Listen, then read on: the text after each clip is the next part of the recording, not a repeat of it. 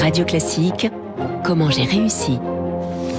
Bonjour Juliette Angeletti. Bonjour Eric Mauban. Fondatrice et présidente de FI 1618. Donc c'est une maison de haute maroquinerie éco-responsable. Pourquoi FI 1618? J'ai une petite idée. Le nombre d'or, c'est ça? Le nombre d'or, exactement, qui est d'ailleurs bien connu en musique.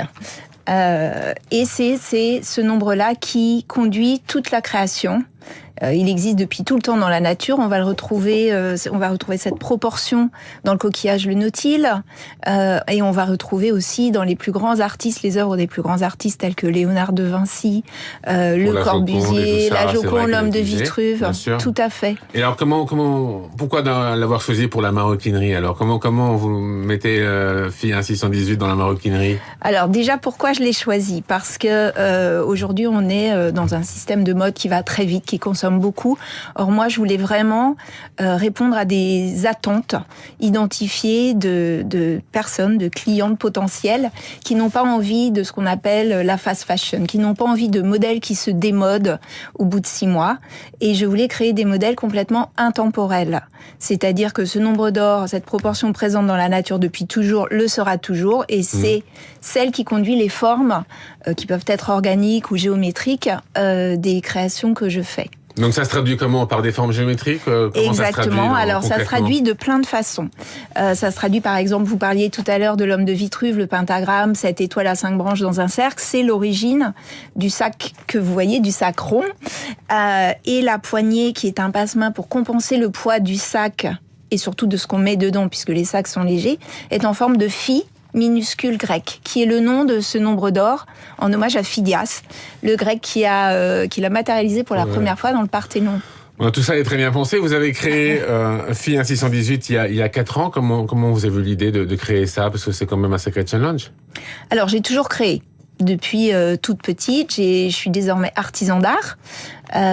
Donc vous avez fait une école pour ça et tout ça? Voilà, j'ai passé un CAP, en fait, qui était, je crois, l'un des plus difficiles diplômes que j'ai passé.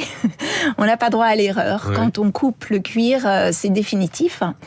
Et en fait, je constatais que ce qui se passait autour était l'accélération, etc. Et moi, je voulais m'ancrer dans quelque chose de durable. Et donc, cette notion d'éco-responsabilité, elle existe dans le sourcing des matières premières, puisque moi, les matières premières viennent des stocks qu'on appelle dormants, des grandes maisons de luxe. C'est des stocks qui auparavant étaient inutilisés et que j'utilise, qui donnent aussi des matières premières d'une qualité incroyable, du cuir de veau pleine fleur, qui est le plus haut niveau de qualité, et donc qui vont durer dans le temps. Parce que moi, je crée aussi pour transmettre, que ces sacs se transmettent de mère en fille ou de père en fils. Et c'est ça. Et donc, vous avez déjà une dizaine de boutiques. Vous avez créé ça il y a 4 ans. J'ai ma propre boutique. Rue du Bac. Rue du Bac, exactement.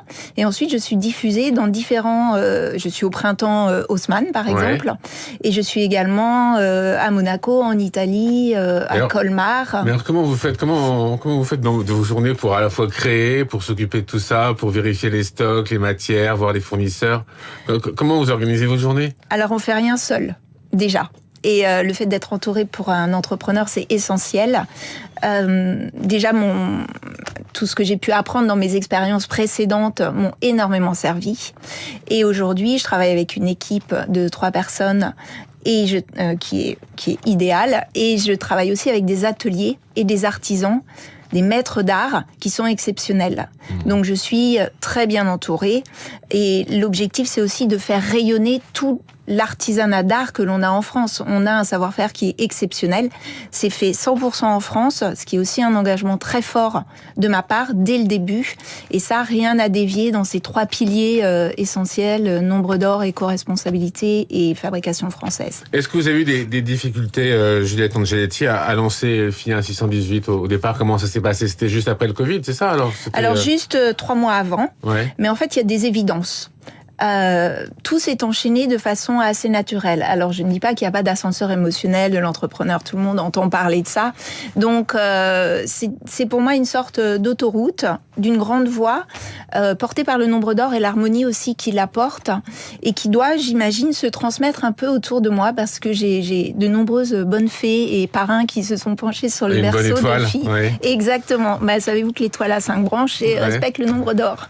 Donc il y a des choses assez exceptionnelles. C'est évidemment beaucoup de travail, mais des rencontres qui sont des rencontres, je vais pas parler de chance, mais des rencontres rares. Et alors, comment vous avez réussi alors? C'est quoi la clé du succès selon vous? Parce que c'est vrai que c'était un pari quand même assez ambitieux de se lancer dans la maroquinerie comme ça. Qu'est-ce qui fait que vous avez réussi? C'est quoi les clés du succès selon vous? Alors déjà, j'ai beaucoup étudié le marché. C'est-à-dire que j'ai étudié les attentes, les grandes tendances internationales qui étaient un de mes métiers auparavant.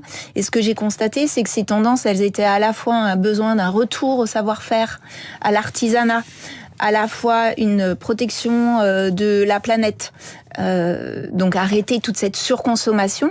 Et puis il y a justement la crise du Covid que je prends comme que j'ai tourné en élément favorable, on va dire, puisqu'il y a eu cette prise de conscience et cette urgence à faire attention à l'éco-responsabilité, à ce qui nous entoure. Et puis également, en parallèle, à se protéger, à trouver un ancrage. Et donc, le nombre d'or répond à ce besoin d'ancrage puisqu'il apporte l'harmonie. La fabrication française, le savoir-faire, le retour à l'artisanat, c'est une évidence aussi. Et l'éco-responsabilité que j'ai dans le sourcing des cuirs et donc la longévité des créations aussi. Et ça, c'est un argument, Juliette Angeletti, qui séduit votre clientèle alors? Parce qu'il y a beaucoup de concurrents et tout ça. Et c'est vrai qu'il faut attirer une clientèle et se différencier. C'est comme ça que vous le faites? C'est comme ça que je le fais parce que je crée des modèles qui ont des formes qui ne se voient nulle part. Et je crée aussi des sacs accompagnés de maîtres artisans. J'ai travaillé, co-créé un sac avec un maître origamiste. Et je travaille pour ce plissage, puisque c'est un sac plissé à mémoire c'est de plier les papiers. Voilà, alors on plie les papiers, mais plier le cuir, ça n'existe pas. J'ai compris pourquoi aucun sac plissé n'existait, parce que matériellement, c'est très compliqué à faire et ça n'est surtout pas industrialisable. Donc tous les sacs sont numérotés. Le plisseur, qui est Maison du Pli, je le cite très volontiers parce qu'il est exceptionnel, il est parisien aussi, et lui réalise le plissage. Et l'atelier qui est en Touraine finit la fabrication du sac, et c'est cet atelier qui fait tous les sacs et les ceintures que je propose avec des finitions qui sont celliers pour les connaisseurs. Merci beaucoup Juliette Angeletti d'avoir été l'invitée ce matin sur Radio Classique dans Comment j'ai réussi. Juliette Angeletti, donc fondatrice et présidente de Phi 1618. Dans un instant, le journal.